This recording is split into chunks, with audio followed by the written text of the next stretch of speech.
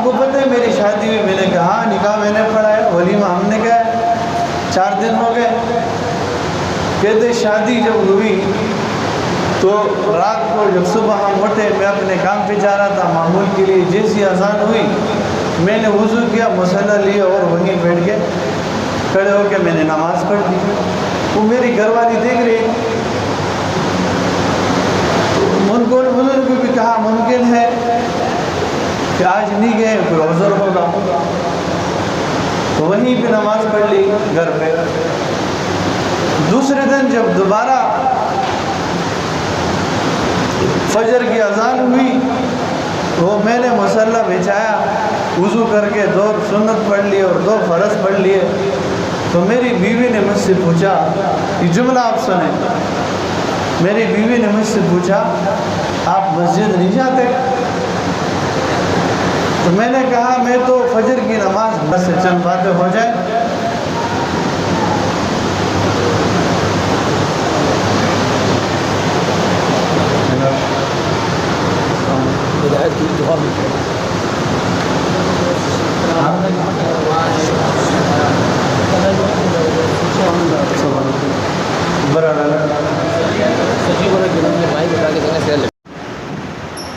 الحمد للہ وکفا وسلام علی عبادہ الذین اصطفیٰ۔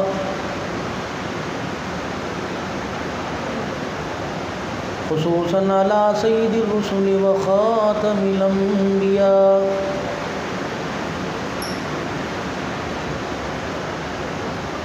ارسلہ اللہ تعالی الی کافۃ للناس بشیرا ونذیرا۔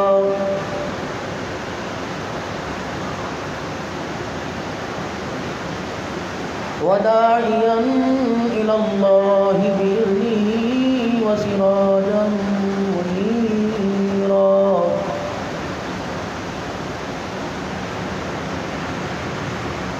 وصلی اللہ تعالی علیہ وعلی آلہ وصحبہ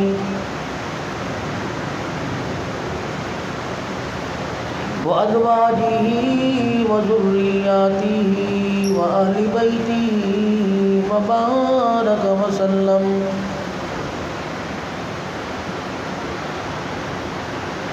وسلم تسليما كثيرا كثيرا۔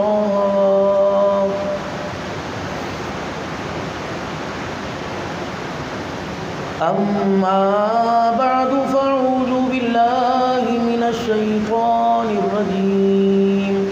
بسم الله الرحمن الرحيم۔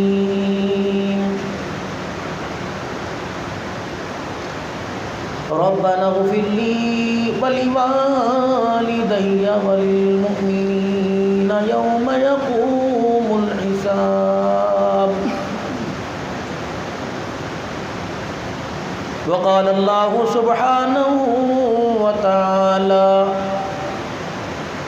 ربنا هب لنا من أزواجنا وذرياتنا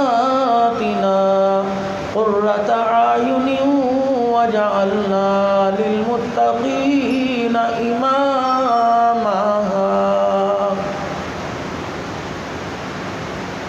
فقال الله تبارك وتعالى في مقام آخر لقد كان لكم في رسول الله أسوة حسنة۔ آمنت بالله صدق الله مولانا العلي العظيم وبلغنا رسوله النبي الكريم ونحن على ذلك لمن الشاهدين والشاكرين والحمد لله رب العالمين۔ درود پاک۔ اللهم صل على محمد وعلى آل محمد كما صليت على إبراهيم وعلى آل إبراهيم إنك حميد مجيد۔ اللهم بارك على محمد وعلى آل محمد كما باركت على إبراهيم وعلى آل إبراهيم إنك حميد مجید دلا غافل نہ ہو یکدم یہ دنیا چھوڑ جانا ہے بغیچے چھوڑ کر خالی زمیں اندر سمانا ہے تیرا نازک بدن بھائی جو لیٹے سیج پھولوں پر ہوئے گا ایک دن مردہ جو کیڑوں نے یہ کھانا ہے قابل صد احترام میرے بزرگوں عزیزوں دوستوں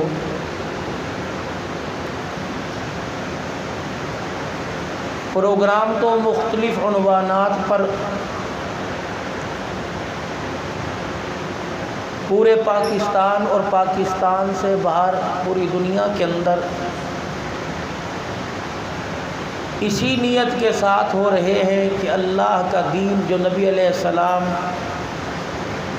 پوری انسانیت کی خیر کے لیے لے کے آئے وہ دین میری زندگی میں اور سارے عالم کے انسانوں کی زندگی میں زندہ ہو جائے۔ دو محنتیں ہو رہی ہیں، ایک محنت دنیا پر بننے کی اور دنیا بنانے کی، اور ایک محنت آخرت بنانے کی۔ دنیا کی جو محنت ہو رہی ہے اس سے دنیا ہی کا فائدہ ہے، اور جو آخرت کی محنت ہو رہی ہے اس سے دنیا کا بھی فائدہ اور آخرت کا بھی فائدہ ہے۔ شام کو بازار میں آپ سبزی فروٹ لینے کے لیے جاتے ہو، جہاں 100 روپے کی چیز 1 کلو اور اگلی ریڑھی پر 100 روپے میں 1.5 کلو، تو عقل مندی کیا ہے، 1.5 کلو والی چیز پہ جائے گا۔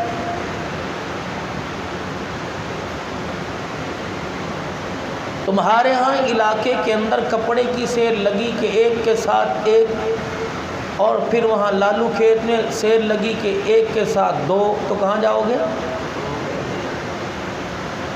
جوتا خریدنے کے لیے 40% ڈسکاؤنٹ فلانی دکان پر، اور سامنے بھائی کی دکان ہے، کہہ رہے میرے سے لے لے گا، وہاں ذرا کچھ سستا مل رہا ہے، تیرا اللہ بکوا دے گا، وہاں میرا بھلا ہو جائے گا۔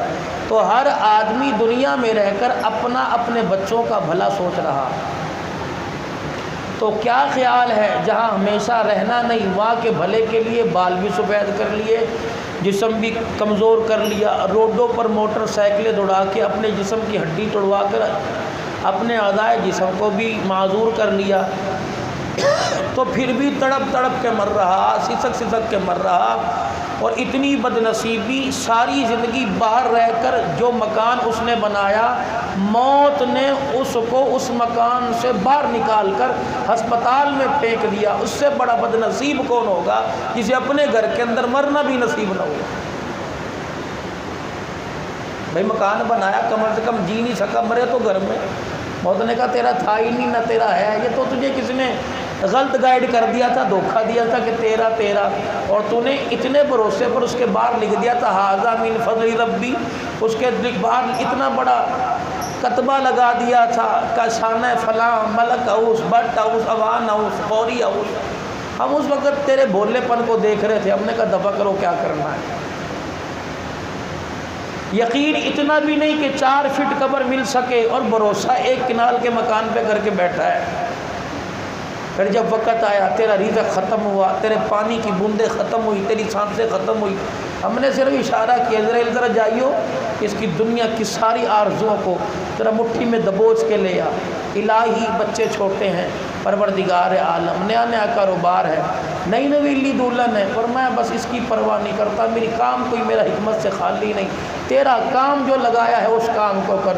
پھر ہنستے بستے گھروں کے اندر آتا ہے، وہ مسافروں کا بھی ان کی منزل پر پہنچنے کا انتظار نہیں کرتا، راستے میں لے جاتا ہے۔ وہ یہ نہیں دیکھتا کہ یہ بزنس کلاس میں بیٹھا ہوا ہے، اور وہ یہ نہیں دیکھتا کہ اتنی بڑی ٹرین 17 بوگی اور اتنا بڑا انجن میں کیسے روکوں گا، آ کے کھڑا ہوتا ہے، بڑی بڑی ٹرینیں رک جاتی ہیں اور لینے پر آئے، کبھی شیر خار کو لے کے جاتا ہے، اور جب آئی پر آ جائے تو ایک ایک وقت میں 500 کو بھی لے کے چلا جاتا ہے۔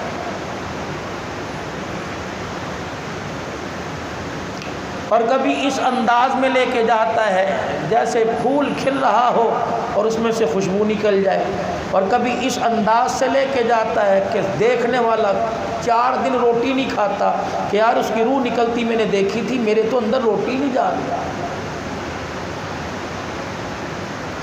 اگر یہ اللہ کا قانون غم بھلانے کا نہ ہوتا تو ایک دوسرے کو دیکھ کے روزانہ ایک دوسرا مر جاتا۔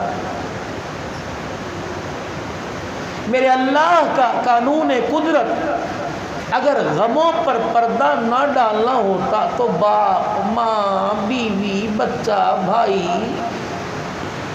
ان کی میتوں کو، ان کے چہروں کو دیکھ کر انسان تو ویسے ہی دنیا سے بے رغبتی اختیار کر لیتا۔ لیکن اللہ نے ایک قانون بنایا ہے، غم کے بادل جس طرح گرمی ہوتی ہے، تھوڑی دیر کے لیے بادل آیا برس کے چلا گیا، ایسے ہی غم آتا ہے چلا جاتا ہے، پھر خوشی۔ کامیاب آدمی وہ ہے جو اس خوشی کو ہمیشہ کی خوشی نہ سمجھے، غم کا سامنا کرنے کے لیے تیار ہے۔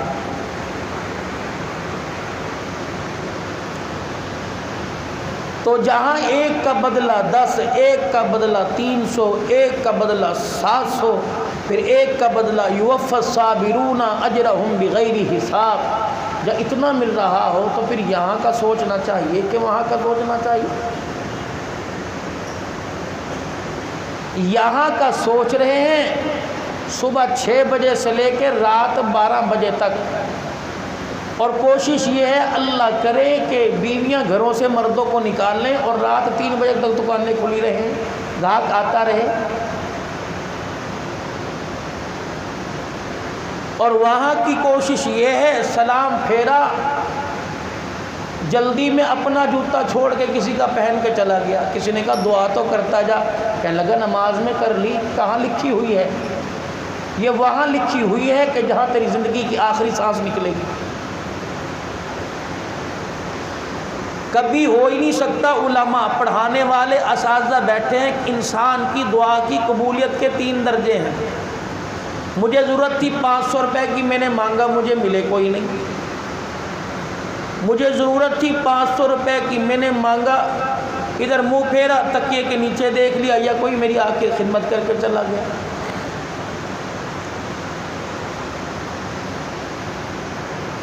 جو مانگا اسی وقت مل گیا، جو مانگا نہیں ملا۔ انسان نے کہا ہائے مر گیا، قبول ہی نہیں ہو رہی۔ اس نے کہا تیری غلط فہمی ہے، تو نے ہاتھ اٹھائے اور میں قبول نہ کروں؟ میں نے کر لی۔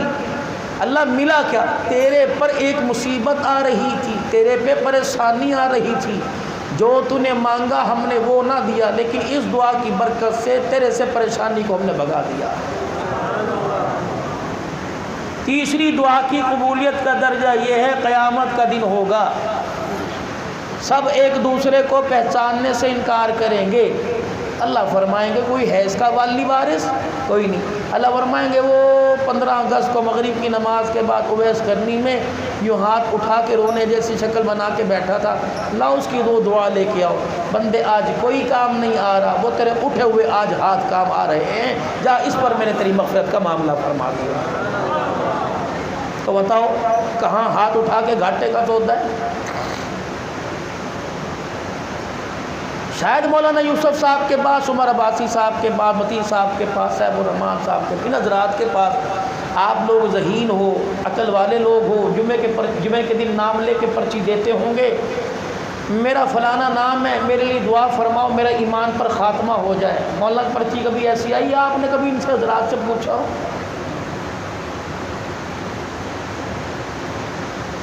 کبھی آپ نے پرچی دی ہو؟ زندگی کا 36 سال ہو گئے مجھے خطابت کے اندر، سن 87 کے اندر پتہ نہیں 86 میں، جب بالکل یہ گالیں لال لال گول مٹول سا میرا استاد مجھے بلبل کہتا تھا، وہ چندہ لینے کے لیے فیصلہ آباد گئے، مجھے کہنے لگے کل اللہ پڑھ کے اور اس کا ترجمہ سنا دینا بس 15-20 منٹ کے اندر۔ چھوٹا سا، بس وہ جو رنگ چڑھا پھر آج تک اللہ کے فضل سے یہ زبان رکی نہیں، اور انشاءاللہ موت کے وقت بھی نہیں رکے گی، کلمہ ضرور پڑے گی اللہ کی طرف، کیونکہ ہمیں اپنے رب پر مان ہے، ہمیں اپنے رب پہ بھروسہ ہے، ہم نے اس سے یاری پکی لگائی ہے، پھر ہمیں کہنے کا حق ہے کہ نہ جانے کون دعاؤں میں یاد کرتا ہے، میں ڈوبتا ہوں سمندر اچھال دیتا۔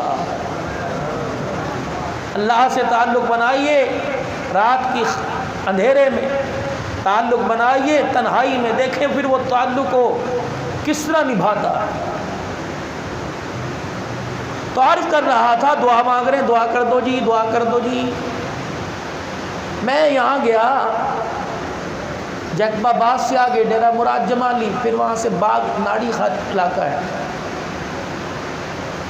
مولوی یوسف صاحب میں بیان، پہلے گرمی تھی، 1.5 گھنٹہ بیان ہوا، کہنے لگے لوگ مسافہ کریں گے، مسافہ کر لیا، پھر کمرے میں 1 بوتل پہ دم، 2 بوتل پہ، وہ 80-82 کی، میں نے کہا یار اب تو میرا دم ہی ختم ہو گیا، جبڑوں میں درد ہو رہا، خدا کے واسطے میری جان چھوڑو۔ تعویذ، دم، درود، پھونکا ناجائز نہیں ہے، غلط نہیں ہے، اہل اللہ کا ایک طریقہ ہے۔ اگر یہ لوگ، ہم لوگ تعویذ دھاگا کرنا چھوڑ دیں تو پھر عوام بھولی ہے، وہ جنہوں نے دیواروں پہ لکھ رکھا ہے 24 گھنٹے میں روٹھا ہوا محبوب قدموں میں آ جائے گا، 1 گھنٹے کے اندر دلی مراد پوری ہوگی، اس کو کم بخت 1 گھنٹے میں تو 2 روٹیاں ہضم نہیں ہوتی، دلی مراد کیسے پوری ہو جائے گی؟ 1 گھنٹے میں تو مجھے نیند نہیں آتی، اور ہم نے بڑوں بڑوں کو دیکھا 1 گھنٹے میں تو وہ باتھ روم سے نہیں نکلتے، دلی مرادیں کیسے پوری ہو جائیں گی؟ اگر یہ سارا کلفٹن دائیں بائیں یہ دلی مرادیں پوری کرنے کے لیے بھرا پڑا ہے، اور 1 5 اور 10 روپے میں تقدیر کے فیصلے، تو یہ فٹ پاتھوں پہ بیٹھے ہوتے جب پیشاب کی بدبو آ رہی ہے۔ کافی عرصے پہلے کی بات ہے اور حقیقت ہے۔ مولوی صاحب کہنے لگے تعویذ زندگی کے اندر میں نے دیا اور اس کے بعد میں نے توبہ کر لی کہ مولوی صاحب دعا کر دو میری ساس کی زبان ہمیشہ کے لیے بند ہو جائے، کہ ابھی وہ اٹھ کے گئی نہیں، میرے گھر والوں نے کہا بی بی کوئی ملنے آئی ہے، میں نے کہا اسے ادھر بٹھاؤ، میں آ رہا ہوں، ادھر کچھ لیڈیز بیٹھی ہیں۔ میں ادھر اٹھ کے گیا تو ایک عورت بیٹھی، کہنے لگی دعا کرو میری بہو کی زبان بند ہو جائے۔ اتفاقاً اگر دیوار کا پردہ درمیان میں نہ ہوتا تو دونوں ساس بہویں میرے پاس بیٹھی ہوئی تھی، اور اگر ان کو پتہ لگ جاتا کہ ساس بہو کے اور بہو ساس کے لیے دم کرانے کے لیے آئی ہے تو کچھ ہو نہ ہو، یہ اس کے پاس آئی، اس کا تو دم ضرور نکال کے جاتی ہے اللہ کے وجہ سے۔ تو یہ اہل اللہ، یہ اللہ والے تعویذ وغیرہ جو دیتے ہیں، یہ آپ کو غلط راہ پر بھٹکنے کی سے بچنے کے لیے آپ کو اس طرف لے کے آتے ہیں۔ اور تعویذ جیسے دوائی ہوتی ہے، اسے دوائی کی حد تک سمجھا جائے، مشکل کشائی حاجت روائی کا ذریعہ نہ بنایا جائے۔ اگر ہمارے تعویذوں کے اندر اتنا اثر ہوتا تو ہم اپنی تنخواہ 10,000 سے 15,000 نہ تمہارے سے کروا لیتے، باہر ایک ڈرم رکھ دیتے اور اس پر ساری رات کھڑے ہو کے پڑھتے، اور صبح کہتے برکت والا پانی پی کے جاؤ، اور جو پیتا 200 روپے ہماری تنخواہ میں اضافہ کرتا جاتا۔ آپ لوگوں کو دھوکے سے بچانے کے لیے یہ اللہ والے اپنی پڑھائی لکھائی کے بعد قیمتی وقت صرف کرتے ہیں تاکہ اللہ کی مخلوق کسی سے دھوکہ نہ کھائے، کہ جو شفا اللہ کیمیکل کی بنی ہوئی گولی اور شربت میں دے سکتا ہے، اللہ وہ پرچی پر کلام اللہ کی 2 آیتوں پر بھی دے سکتا ہے۔ تعویذ لوگے ان سے، آدھے ان کے آدھے میرے، پر یہاں کوئی دیتا ہی کوئی نہیں۔ کہتے ہیں حضرت جی اثر نہیں ہوا، اثر ہوگا، اگر تو کچھ دیتا تو پھر مجھے اثر ہوتا، مجھے ہوتا تو پھر اس کو بھی اثر ہوتا۔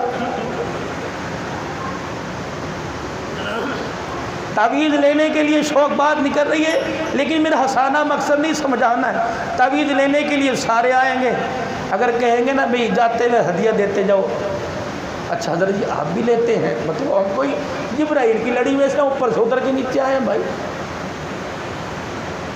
تمہاری بھولی قوم، جسے چاہا اٹھا دیا، جسے چاہا گرا دیا۔ تو زندگی کے اندر کبھی ایسی پرچی آئی کوئی نہیں کہ مولوی صاحب دعا فرماؤ ایمان پر خاتمہ ہو جائے۔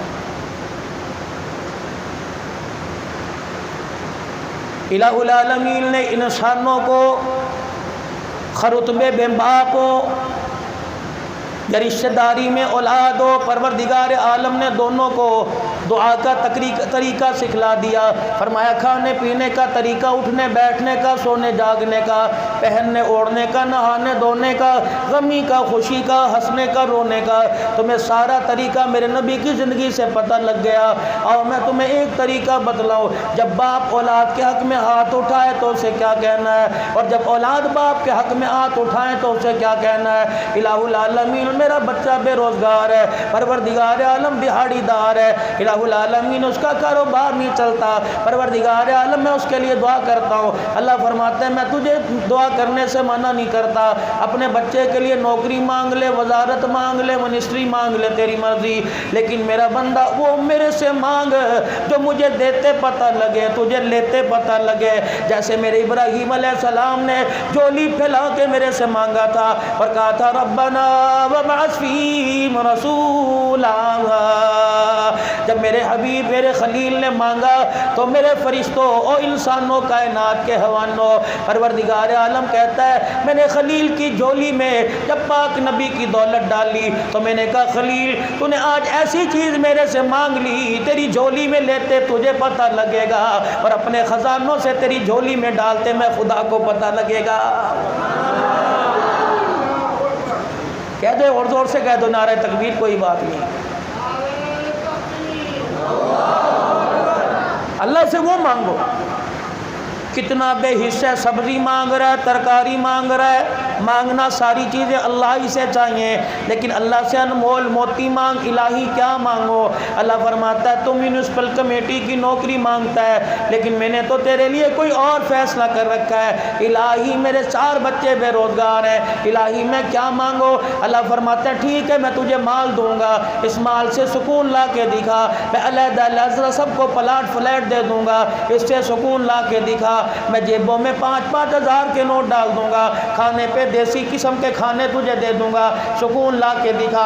الہی پھر روٹی میں، رزق میں، پیسے میں، مکان میں، دکان میں سکون کوئی نہیں، الہی پھر میں تیرے دربار میں ہاتھ اٹھا کے کیا مانگو۔ فرمایا ربنا ہب لنا من ازواجنا وذریاتنا قرۃ اعین، او میرے بندے جب بھی میرے دربار میں ہاتھ اٹھایا کر، اپنے بچوں کی فرما برداری مانگا کر، اپنی بیوی کی خوش اخلاقی مانگا کر، یہ وہ 2 چیزیں ہیں اگر تیرے گھر کے اندر انہوں نے جنم لے لیا تیری آنکھوں میں نور بھی آ جائے گا، تیری آنکھوں میں ٹھنڈک بھی آئے گی، تیرے دل کو سکون بھی آ جائے گا۔